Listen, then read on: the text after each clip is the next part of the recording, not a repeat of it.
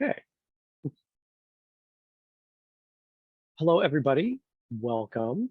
Uh, have a little bit of business to go through here before we get started. So good evening. Welcome, everybody. I see we have a very full house. This is fantastic. Thank you, everybody, for joining us this evening. My name is Peter Hyland. I am Associate Professor of Physics and Astronomy here at Cottey College. I also teach a section of first-year writing seminar. And I would like to welcome everybody here, and especially our panelists, for our discussion this evening. Before we get started, I'll go over a little bit of business about what we're doing and why and how it's all happened. So from the very beginning, leadership and social responsibility have been hallmarks of the Cottey education. From the college's inception, Virginia Alice Cottey envisions a school where women gain the necessary preparation to do the great work of enlightening and saving the world, which a tall order, but I think we're doing what we can there. Tonight's We Who Wow panel discussion is hosted through a collaborative effort of the First Year Writing Seminar and the Sarah Betts Institute for Women's Leadership, Social Responsibility, and Global Awareness. The First Year Writing Seminar is a foundational course for Cottey students for both writing and content. In this course, students are introduced to women's leadership, social responsibility, and global awareness through practice of thoughtful reading, analysis, and writing within a liberal arts context. This signature Cottey course allows students to absorb the threads and become strong writers as well as socially and globally aware leaders within their first semester at Cottey, or at least let's say we start on that progress. We've got to start somewhere. The leadership program is advised by the Cottey leadership team, a group of Cottey administrators, faculty, staff, and students who help shape leadership development opportunities for Cottey students. Members of the leadership team program subcommittee were responsible for selecting tonight's esteemed panelists. Tonight's We Who Wow event is made possible through the Alice Donaldson Speaker Series. It's established in 2015 through the estate of Alice Donaldson, a member of Chapter HF Missouri. These funds were established to allow student opportunities to observe and interact with professionals who have exceptional expertise in a designated area and who have emerged as leaders and role models. So very applicable to what we're doing here this evening. Over the next 60 minutes, you will hear from our panelists as they share their stories about making change happen. They have championed a range of causes, including women's rights, social justice, equity, equality, and respect for all. We will begin with each panelist making introductory remarks in which they share their change initiatives. So we will hear briefly from each panelist, and then you, the audience members, will have the opportunity to ask questions.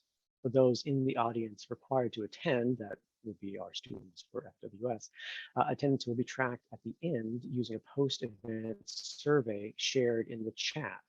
So you just stick around for that. Audience members, as you listen to what our panelists have to say, hopefully many awesome questions are going to come up, in which case, please use the question and answer the Q&A box at the bottom of the screen.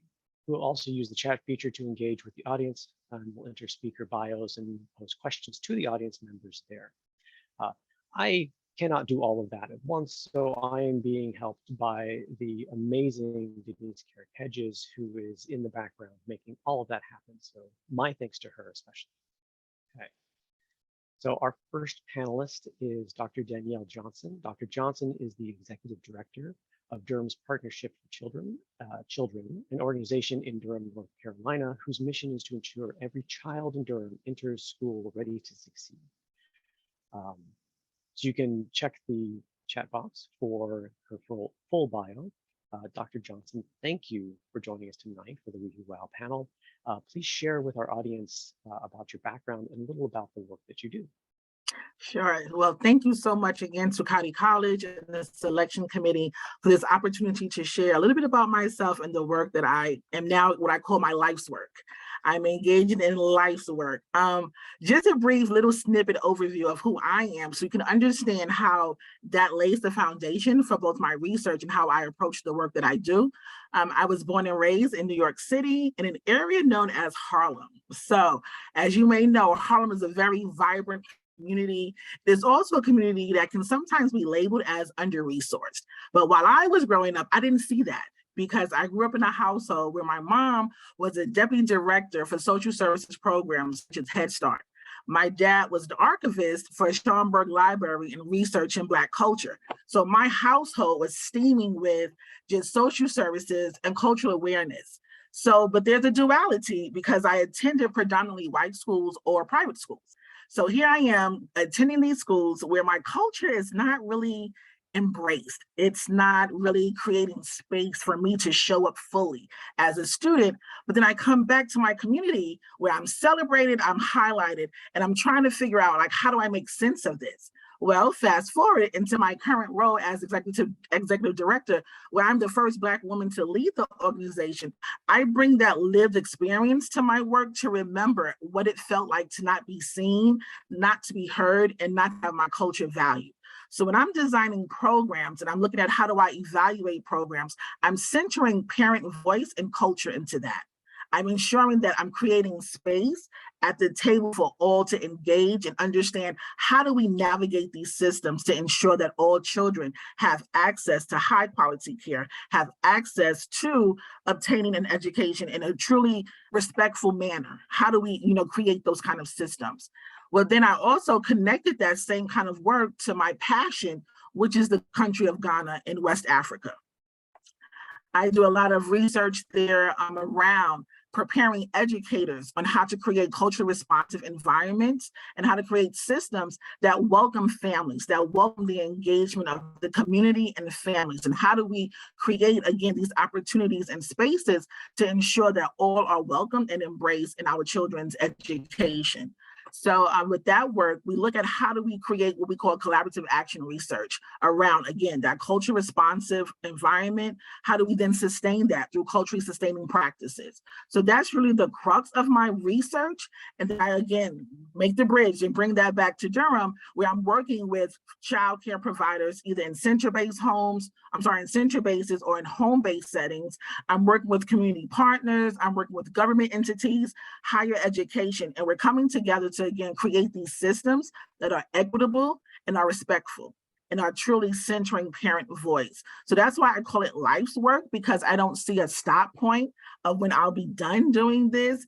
I'm now working with a program in Rwanda as well. I traveled to Rwanda. So again, I see my work as very much intercontinental, where I'm traveling to the continent of Africa, because there's a lot of challenges there as well around culture. How do we embrace the culture? How do you embrace your identity and allow that to bring you into spaces so that you can truly show up and contribute to the conversation and dialogue? So that's a little bit about what I do and just a little about myself. And just briefly, real quick, I want to add the work that I'm doing in Durham. Also, we're turning 30 next year. So it's a true history and foundation of the work that is truly at the core and crux of Durham. They are really champions around early childhood education and ensuring that, again, all children have the ability to show up fully and whole as themselves and bring all of themselves into the educational environment. So thank you. And I'm looking forward to, again, engaging in further dialogue with this collective here today. Excellent. Thank you very much. That's amazing work. Our next We Who Well panelist is Nancy Marie Spears.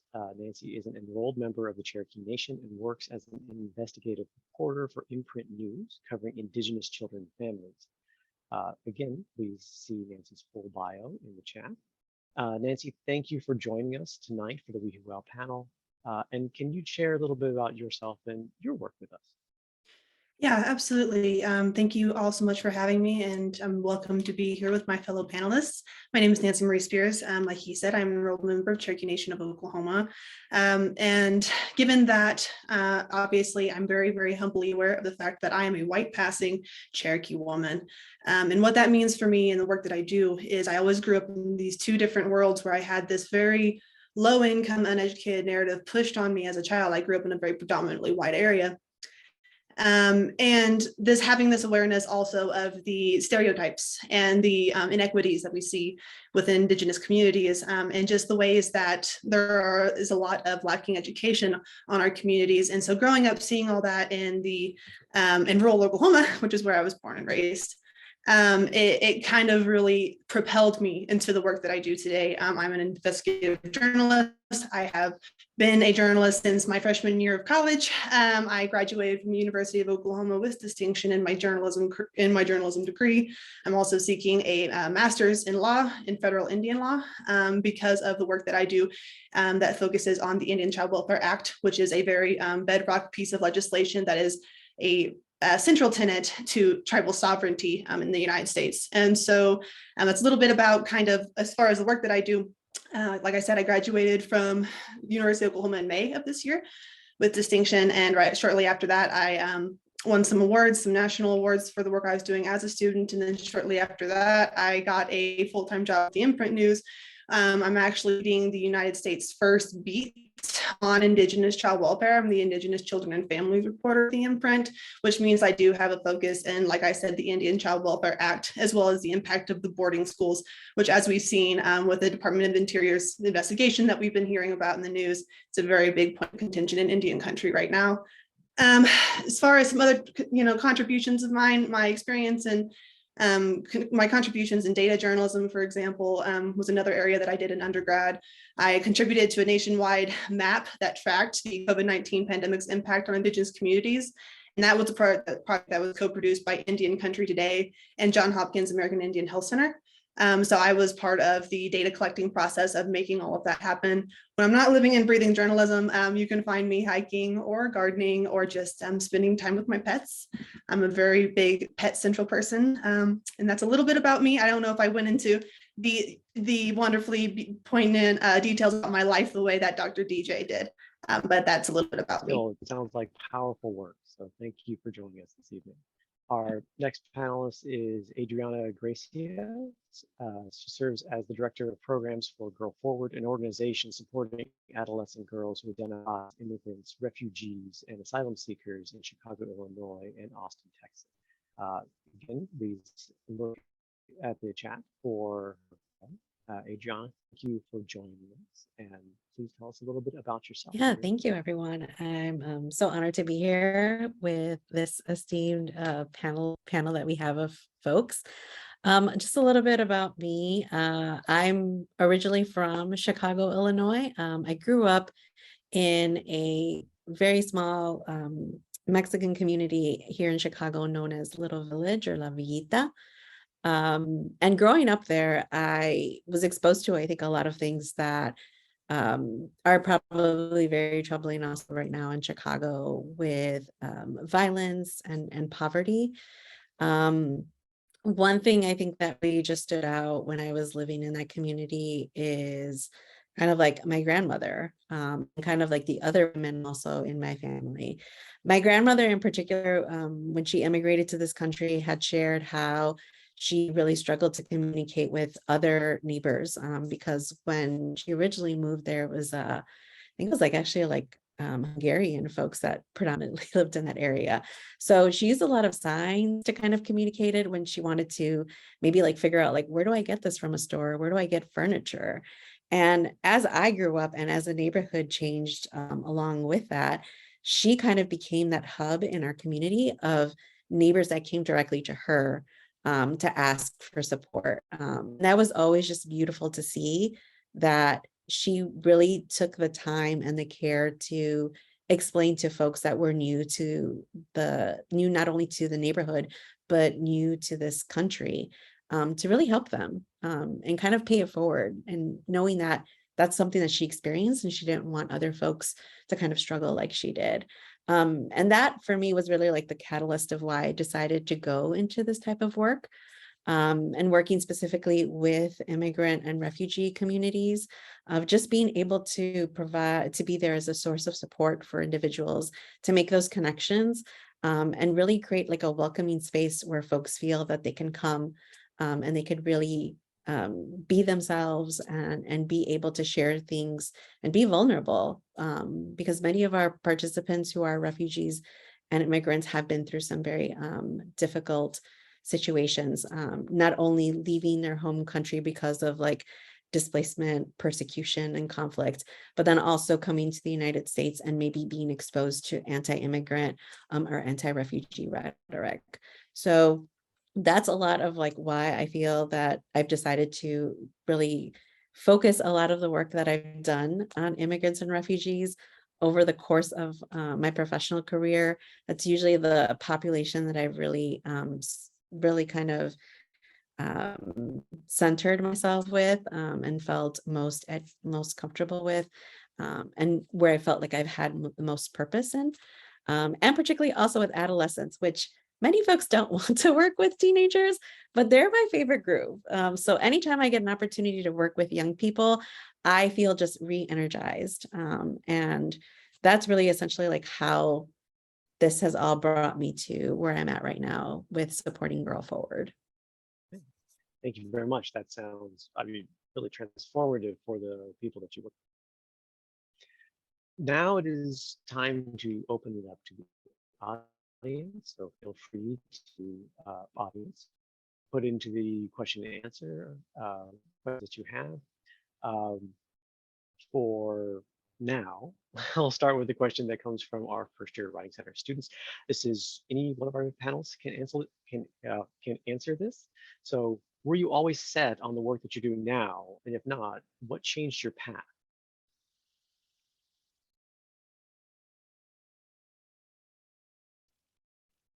I feel like I can answer this probably the quickest because of the fact that I really never changed paths. I knew in high school that I was going to be a journalist. I actually, right out of high school, in between that summer that you have in between your end of your high school career and then between your freshman year, I actually took an unpaid internship with a local freelance journalist in my area, and it was an unpaid internship. I worked the entire summer just learning what design and layout was, what photography, the manual, all of the ins and outs of photography, the ins and outs of writing for news. And I really learned a lot just from the ropes of that experience. And so I never really changed paths as far as being an investigative journalist.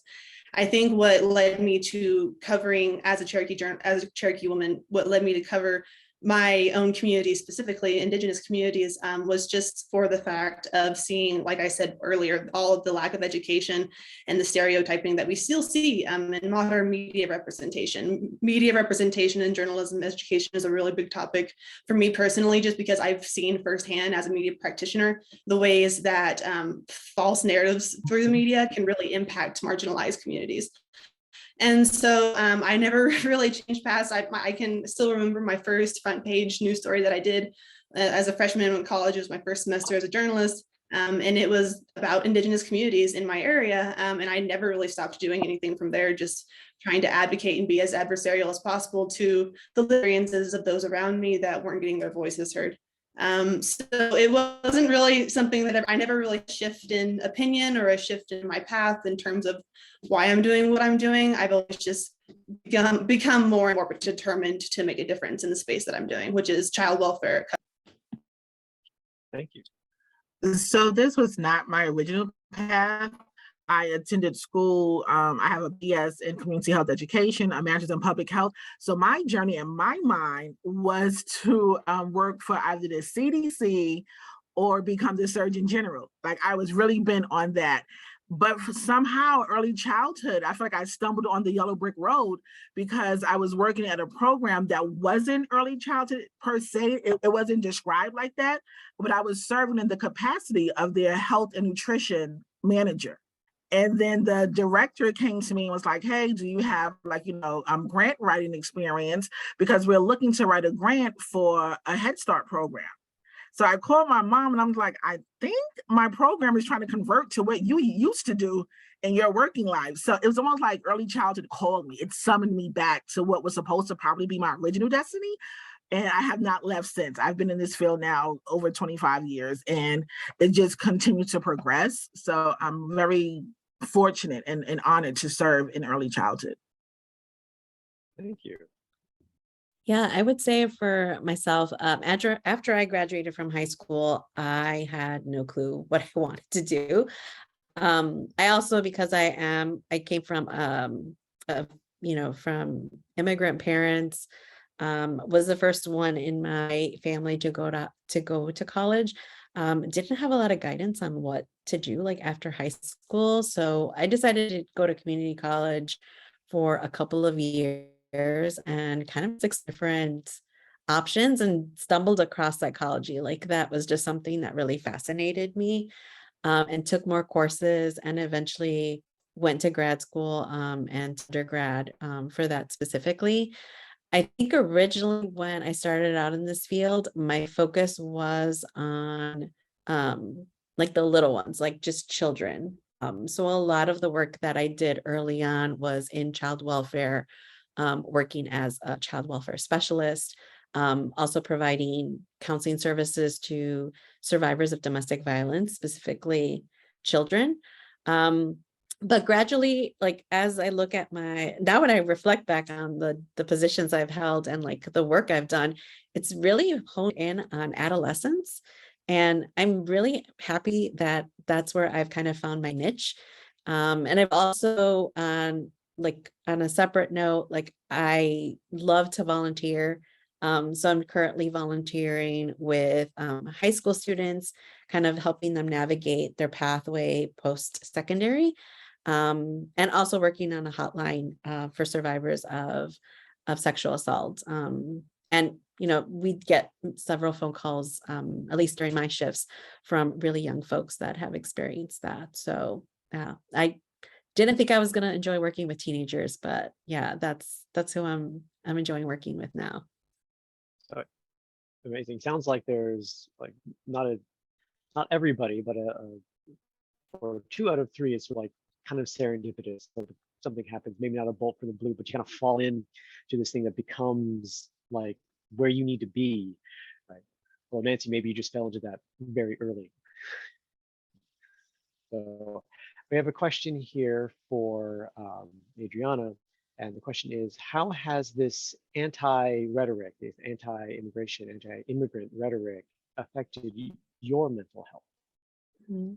So a lot of what I've seen with Girl Forward is that we do have different social media platforms.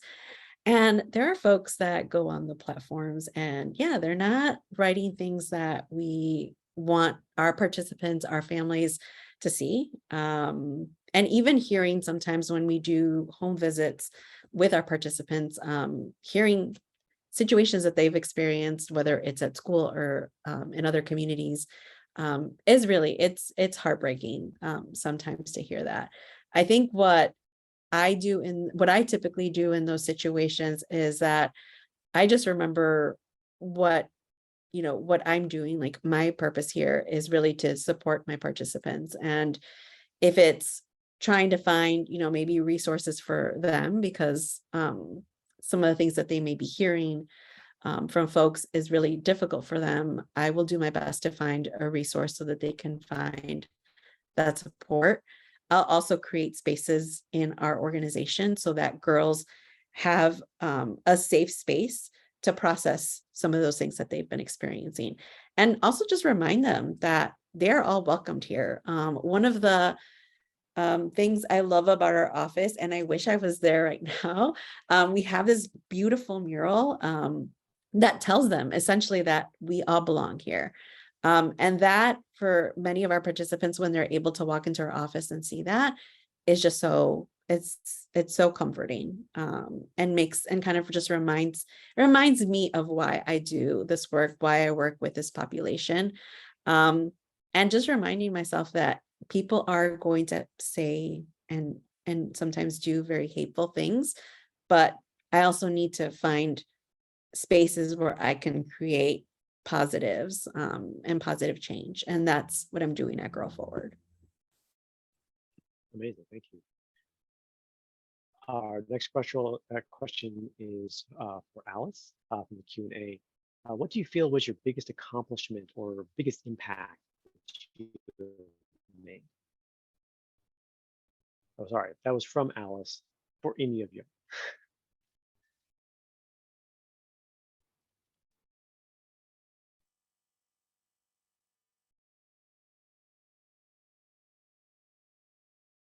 I might toss this one to Nancy. What do you think is your biggest accomplishment? It's a wonderful question. I'm not sure how I can answer it just in terms of the way that I orient myself and think about the work that I do. The work that I do while at its heart is very adversarial, is not something that I do to make to one end or to another end or something. It's hard for me to associate an accomplishment of mine with the lived experience and the story of someone that story was about, right? I'm a journalist, a national journalist, and I work and cover and represent over 500 federally recognized tribes. And so what that creates is kind of this space where I feel the need to be very pro thinking and mindful of the lived experiences of others, and making sure that I know that what I'm doing this work for is to represent others. It's not to represent myself. It's not to make, I mean, I'm not really in this work to certainly not, I'm not in this work to be popular or to get well paid or to, I'm not doing any of those things for my own personal gain. I'm doing this for something much bigger than myself. And I think that my biggest accomplishment, I guess, in that is just continuing this work. Native American journalists make up literally the smallest minority in leading newsrooms. I am a complete outlier in my case. And I'm also a complete outlier just from my childhood and my own lived experiences. I'm very humbly aware of the fact that I could have very easily become a statistic, and I didn't. And there's some ethical, moral obligation, I guess, within me to do something with that. And so I guess my biggest accomplishment is just sticking with this work that I was doing, even though I was told in college, look, you could be an investigative journalist for anyone. You could go to CNN, you could do this, you could do, and I was told that. But ultimately what mattered more was Indigenous communities and the injustices that they've been facing since time immemorial, and certainly now in this political climate. And so all of that really kind of just emphasized my need to stay in this work. And I think that's really my biggest accomplishment. I can definitely send links in the chat to, things about the awards that I've won or different projects that I've been a part of that I'm proud of. But ultimately, the reason that I'm proud of doing the work that I did was because of the impact it had on the communities that I was covering. And so that's kind of my biggest takeaway. Thank you. Thank you. That's an amazingly humble and insightful answer. Thank you very much. Our next question comes from 199183 in the Q&A. For any panelist, what are some of the challenges you face as women doing this important work?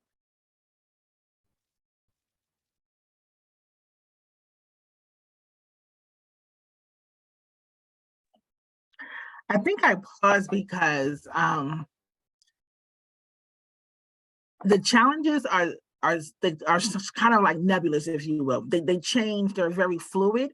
So I think in this season, the biggest challenge is bringing voices together. So like in my work, for example, I do a lot of collaborations. So, I mean, we're working, like I mentioned earlier, with government officials, we're working with universities, we're working with local level. So really trying to convene and bring those voices together for one shared mission can truly be a challenge. So I don't look at it as a woman's challenge because I'm one that very much owns my space. So when I show up, I am there, I am present, I mean business, and we're going to get it done. Very action oriented. So I think that's why it's such a challenge in trying to unify voices around one particular vision. That can be a challenge because people have competing motives. Some may feel like, I don't want to release all of my resources, but trying to bring those voices together, those like-minded individuals to further along the work, that can sometimes be a challenge. And I think in this space that we're in with a recession kind of looming, there's some concern around funding. What will that look like for different organizations? Am I able to fully integrate and participate in a collaborative if my resources may be in jeopardy of being reduced or just becoming obsolete? So I think trying to be creative in this space of economic challenge is where I find myself today. That's the challenge. Thank you. Yeah, I think I would also add with the girls that I think growing up here, kind of like that dichotomy of like, I have my cultural values, but then I have Western society values kind of enmeshed together. And I think just reminding myself that even though our participants are here in the United States, like sometimes they're still very attached to their own cultural values. hearing from girls sometimes, oh, I can't come to Girl Forward today because I need to be home and I'm responsible for the caretaking. I'm responsible for the cooking. I'm responsible for, you know, making sure my brother's room is clean. Like that sometimes can stir up some things for me where I want to be like, just come to Girl Forward. You don't need to do things. So I think for me, that's one challenging parts of being a female in this country, and kind of just recognizing that, you know, I cannot also impose like what my values are on other folks, and I have to be respectful of what that family system embodies, and kind of just supporting girls as best as I can in whatever situation. Thank you. Yeah, Yeah, and I'll piggyback off of that if it's okay. And I hope this is something that resonates with any of the younger people in the room or any students in the room, because I was a student really not that long ago at all. It's really hard as a woman, just generally being taken seriously when you have overachieved so much, especially in your undergraduate career. I'm someone that has a really long resume, and that is for better or for worse, because it had a lot, it had a lot of impacts on other areas of my life, what I was doing to do all the overachieving work that I was doing. But in that space, you kind of come out with this idea that you don't get taken seriously, and it's really hard when you're young and when you have like such a vision of what you want to do with the world, and you're very steadfast, and oh, I'm going to do this thing. And it can be tough, and especially as someone who myself, I have this very, very weird identity complex that I have always struggled with, but it's something that I use to fuel the work that I do, because I have this really weird orientation as a woman where I feel much more Native on the inside than I look on the outside. And I can't do anything about that. I can't darken my hair for you. I can't change my skin color for you. I'm not going to do any of that. But what I can do is be very humble in my orientation and my awareness and the multiple lenses that I'm able to look through these systemic issues through. And that is what kind of propels me forward in the work that I do. But it still can be a challenge when being a Native woman especially kind of creates a lot of different contingencies that, it's hard to deal with when you are as white passing as I am. And so, just the fact that Native people tend to have a propensity to pass due to colonization anyway is another point of contention, right? Like that's something that people have to wrestle with every day. Dealing with these types of issues that I deal with in my coverage, especially surrounding child welfare, tribal enrollment, boarding schools, all of these things have a really big impact in womanhood, especially in Indigenous communities. Matriarchal societies are a really big part of our communities, and it's a really big part of how we care for our children.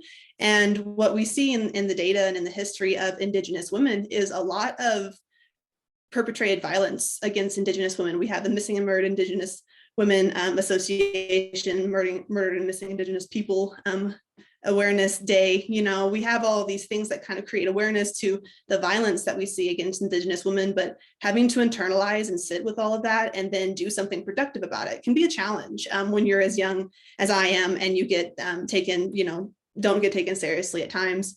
But I feel confident, I guess, now in the space that I'm in. I've transited from being a student journalist, right, to a national, investigative journalist. I work on a national stage now. And with that being said, it kind of gives me a lot more of a platform to be able to advocate for these issues that we see against women generally and Indigenous women. So yeah, there's a lot of challenges that go along with just being a woman in journalism generally, certainly, but more than that, I think it's important that like it sounds like we're using that as fuel into the work that we're doing today. And I think that's really important. thank you. I have a question here from the audience for Dr. Johnson.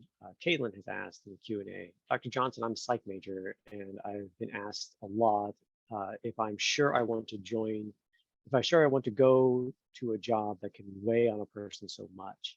Do you feel like your job is difficult, or rather do you feel enlightened by supporting others? I love that question, Caitlin. it is the yin and yang.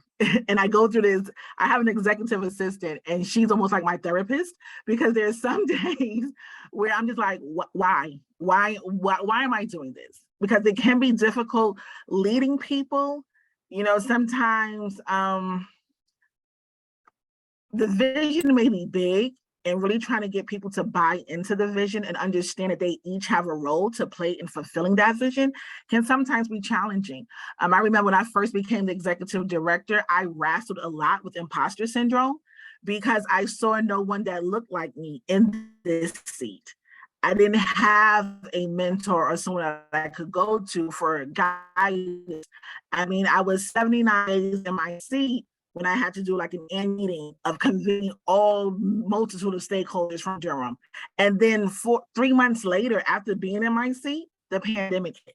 So having to navigate all of those pieces really stretched and challenged me, but it also proved to me that I was the woman for this job, that this was not a tokenism. It wasn't given to me. I earned the right to serve at the helm for this position. And on the other part, I do find strength, because many of my staff members come to me and seek me out as their mentor, or they'll say to me, your representation here matters because I see hope and what I can become as I see you lead this organization. So it's very much rewarding. You really have to be fortified because a lot depends on you. You are the visionary for the organization if you are going to be in leadership such as this. And you have to also be a people's person. You wear many hats. You're almost like a counselor. You're a guide. You're also an authoritarian, because you also have to, again, hold accountable.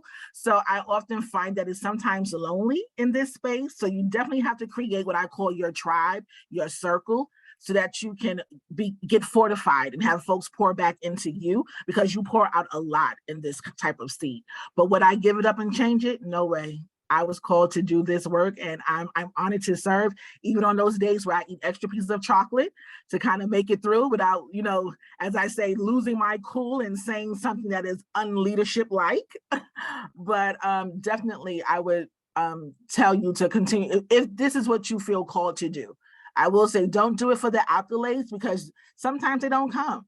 You're pouring into others and you're cheering them on, but who's cheering for you?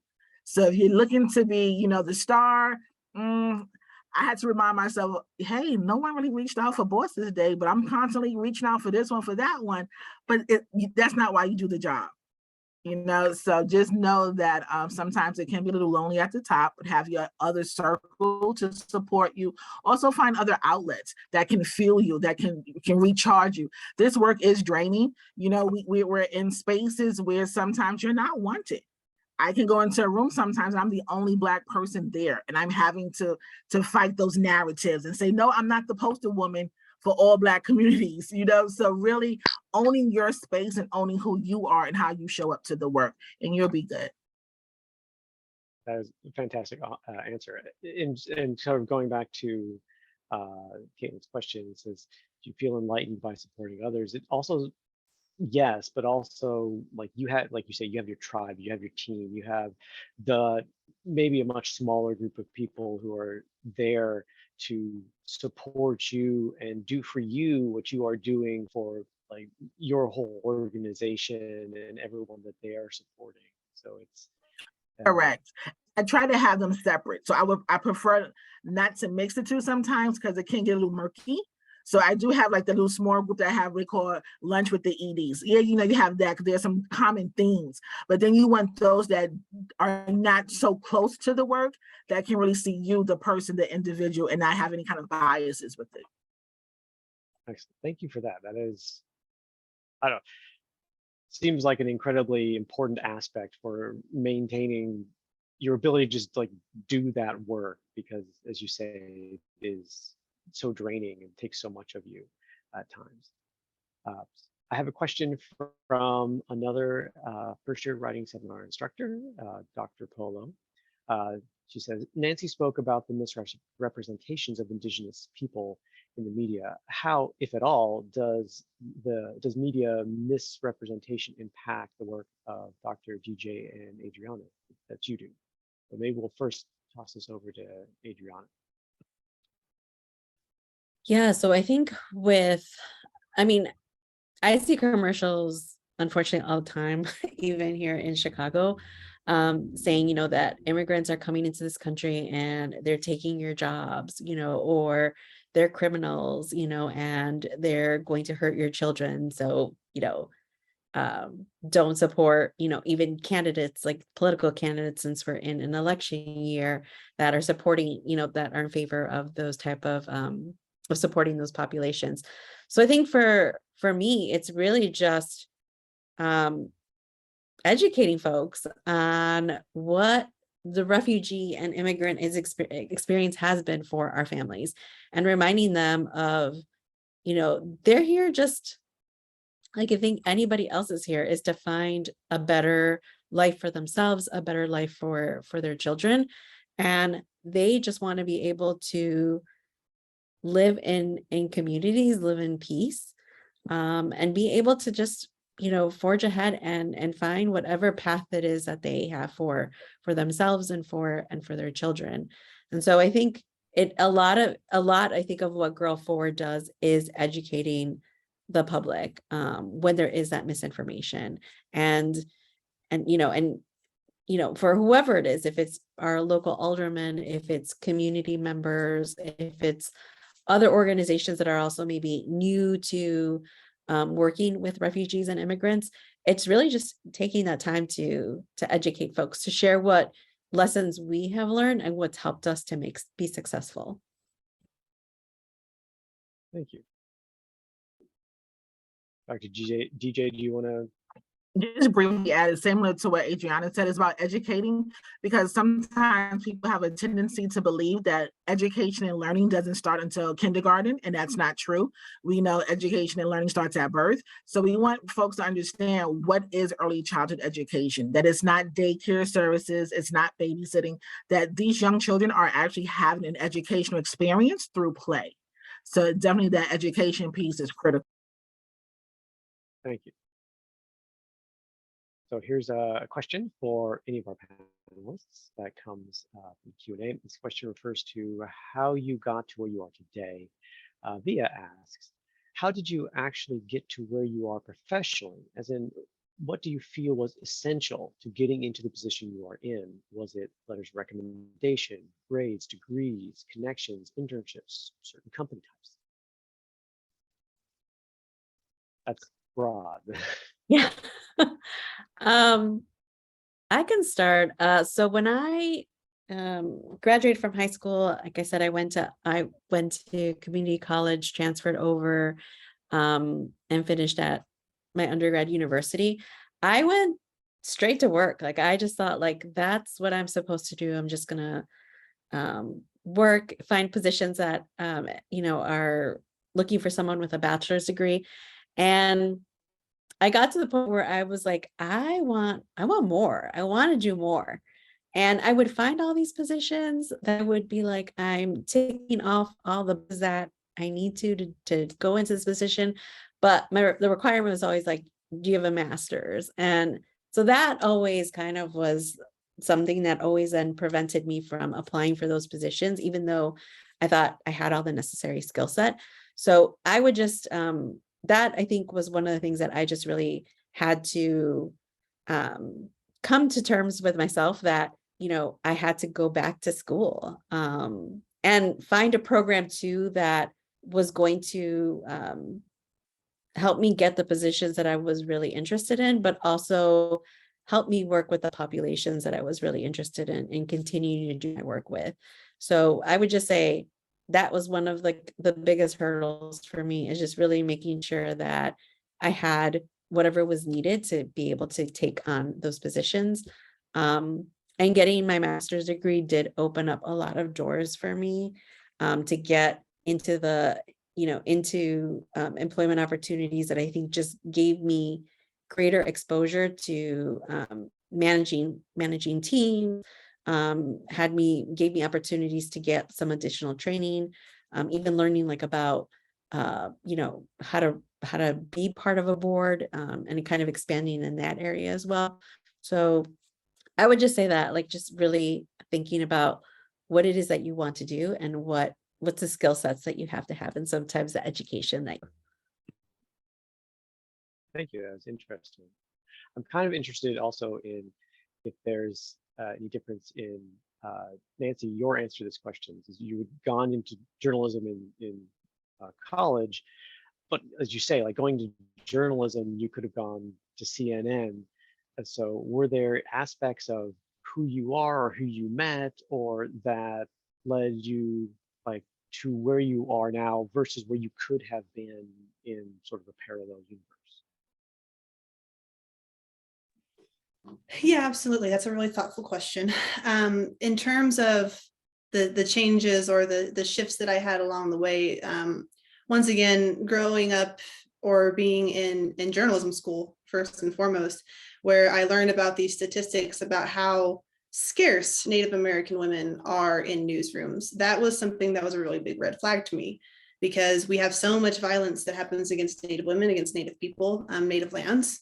And so with all of that in mind, what I was seeing in the media about the ways that this narrative should have been taken versus the way the media was actually telling it were two really big different things. One of my biggest research projects that I did at the end of my undergrad was a 30-page graduate level research paper where basically I investigated the media representations of American Indians. And for example, what I found was that there was a Supreme Court case in 2013 that was regarding, again, the Indian Child Welfare Act, which is what I have my life's work in. And there was a challenge to that in 2013 to the US Supreme Court. And it's well documented that the way the media covered that particular case affected the outcome of the Supreme Court of that case. And so that was a really big eye-opening thing for me as well, just in terms of, here I am, a first-generation student, a very low-income student. I mean, first of all, as far as, how I got here professionally, you have to really, really want it. And I'll say that to just anybody. I mean, I wouldn't have gone to college if I hadn't have worked my butt off in high school and gotten state aid and federal aid and all the things that you needed to be able to afford to go to a tier 1 university coming from rural Oklahoma. And then it's just, you have to say yes to everything. Every opportunity that I was able to do something, I did it. I have done every single internship, fellowship, any kind of project that my college has thrown at me, I've done it because it was offered to me. And even if it wasn't offered to me, I went for it anyway. You have to be able to, should you apply for things that you're not qualified for? Absolutely. Should you qualify for, should you apply for things that you absolutely want to do? Absolutely. And then there's, back to kind of, just my whole trajectory through college. I've done everything that my college can allow me to do. And what that kind of created was a lot of open doors for me to kind of create my own niche to where I didn't have to go job hunting right after college. I didn't have to, I was able to be working, and because of all of the projects that I was involved in as a student, I was already gaining national attention. So by the time, I was before my last semester of college, I was already in discussions and negotiations with the publication that I work for now. And so you have to know what you want. You have to be willing to fight for what you want, and you have to be willing to get it, even though you don't know if you are qualified at the exact time to do it. I'm in the position I'm in specifically because I was doing work in Washington, D.C. I was on an internship from school, and I was doing school in Oklahoma, but I went to D.C. for this internship for a fall semester. And I got a call from the publication, the editor-in-chief of the publication I work for now. And he called me up and he's like, I'll just say it. I mean, we're reaching out to you because we have been trying for so long to find anyone who's covering the Indian Child Welfare Act around the country better than we are. And we found you. So it's literally just about hard work. It's about dogged determination and being able to go after what you want fearlessly, not knowing what's going to happen, knowing that maybe you're not going to get that job that you asked for. I mean, I certainly applied to all kinds of jobs I wasn't qualified for while I was still in college. But it led to what I'm doing now, which is leading the nation's only beat on Indigenous child welfare. And I think that that's a really, really, it's a politically charged position to be in, certainly that the Supreme Court challenges that we're having in this country right now. But it's really, really important, I think, just to overall child welfare, because if you look at the Indian Child Welfare Act generally, it's known as the gold standard in child welfare law. And that's something that we're trying to apply to all children, right? Like we would love if all children had the best potential outcomes in the child welfare system. And the Indian Child Welfare Act is something that is a large proponent of hopefully making that happen in the future, assuming it's not overturned at the federal court. So, like there's a lot of high stakes in what I do, and I take what I do very, very seriously. But ultimately, what led to the position that I'm in is just a lot of hard work and determination, and just knowing that this is what I want to do. I wasn't going to be swayed into going into some other area of coverage because my heart and my soul was invested in the work that I'm doing now. So follow your heart and soul, I guess, is my best advice. Also sounds like just work at it as much as you can. I love that you're saying like what has gotten you here, like dogged determination, which seems to dovetail perfectly with like what is your greatest accomplishment is just simply doing it, simply continuing to do the work that you're doing. Yeah, and in being like, it's funny looking back now, I was such a yes man in college, right? Like I was open to doing everything. But what that really means is that I owe every position that I've been able to be in to every single person I've talked to along the way that helped me open a door to get there. Nobody gets where they are completely by themselves. Hard work and determination, that has to come from within, absolutely. But, in being in Indian country and working in Indian country as a national beat, what that basically means is that there's a lot of areas I wouldn't be able to cover, and a lot of families and communities that I wouldn't be able to cover if it wasn't for someone trusting me and giving me that grace and giving me that trustworthiness in terms of, yes, you can come into this community and, you will be accepted and trusted. And that's obviously a really big proponent to my job, just being a media practitioner. And so, internally, you have to take a lot within yourself, and it's hard and it gets really exhausting, but also don't be afraid to seek out every single open door from any person that you can talk to, because everyone gets where they are with help. And I certainly wouldn't be where I am without all of the help from Indigenous and non-Indigenous counterparts alike. So yeah, absolutely. Thank you for that. That was great. We are getting close to the end of our time. So I have a question as we wrap up. This could be for anyone to answer, though I feel like, Nancy, you just answered this. So what words of advice do you have for our audience that might help them also make major differences in the world around them? I would say to be intentional, because I'm finding that the differences that I'm making in my sphere of influence, I was intentional in making those connections. I was very much intentional in designing what I wanted my career to look like. So, for example, when I wanted to apply for another master's degree, I was intentional on what I would concentrate in, where I would get it from, and the resources. Was able to secure a scholarship. I was intentional in identifying the programs, the communities that I wanted to work with in Ghana, in Rwanda. So just that intentionality of taking ownership of what are you passionate about, and shaping that, and being very intentional and being patient. I collect hurdles. These are my little go-to to remind me that slow progress is progress. I even have one in my hair. Slow progress is progress. You have to remind yourself that, because when you have grand visions and ideas for yourself, you start to feel overwhelmed, like, will I ever get there? Yes, you will. Slow process is progress. So being intentional and really just giving yourself space and grace. I always say, give yourself grace for the space that you're in, and knowing that it will come, it will happen. Just to really have the today, my major accomplishment was defending my dissertation in September and pursuing a doctorate while in a pandemic, while leading an organization, while being a divorced single mom. So it is possible. Whatever you want to achieve, it is possible. Just be patient with yourself and give yourself space to. Excellent. Thank you. Adriana, any closing remarks? We've got a couple minutes. Yeah, everything that Dr. DJ just said is exactly what I was thinking. It's really about owning in and focusing on what is that you exactly want to do, what it is that, where your passion really lies. And I'm all for like putting it out in the universe and making it happen. And I think just also finding individuals, like surrounding yourself with individuals that are also going to support you, regardless of what, how, kind of how grand your thoughts may be, but really just folks that are going to be there to listen, to support.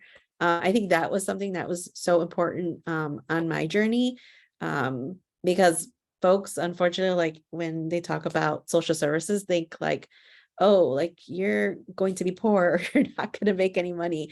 And I could say confidently, like you could live very comfortably working in this field, and also feeling like there is purpose to what you're doing. And I know other folks that make a lot more money than me and feel like there isn't anything that they feel like they're contributing to this world. So that's something I kind of always take with me, is like, I want to live my life with a purpose. Thank you. That was very nice. So our communities and our world counting on us to raise up our voices and to roll up our sleeves on issues that are important to us. You, our panelists, our Coady students, are the next generation of We Who Wow, people who make these changes and improve our world for everyone around us. A link is being shared with the audience in the chat. All audience members are asked to complete the post-attendee survey. This information is collected for assessment and attendance purposes, just for us to know how we did, what we can improve on, make it even better next time. Although this was pretty fantastic, I'm not sure we can improve on it, but we'll try. For all first-year writing students, you can do the survey. Your completed survey will track your attendance, so be sure to complete the survey. This counts as. Thank you to our 2022 We Who Wow panelists. Thank you for sharing your inspiring stories and advice for our future change makers. And I don't know if I'm a future change maker, but your advice is still great for someone who's an old guy like me. Please continue to do the amazing work you're doing. Our audience, thank you for the amazing questions. It's far more insightful than anything I could have produced on my own. Denise will keep the webinar going for the next 5 minutes after these remarks. So everyone, thank you so much for joining us. Thank you so much for being a part of this and for making this a super informative and amazing experience. It was wonderful to be here. Thank you so much. Thank you for the opportunity to share. Thanks. Yeah, thank you for allowing me to spend this evening with all of you. I think we are officially done. So let me see, is there anything else we do? Okay. I think we are done with what must be done. Panelists, you can go ahead and head off to the rest of your lives. Have a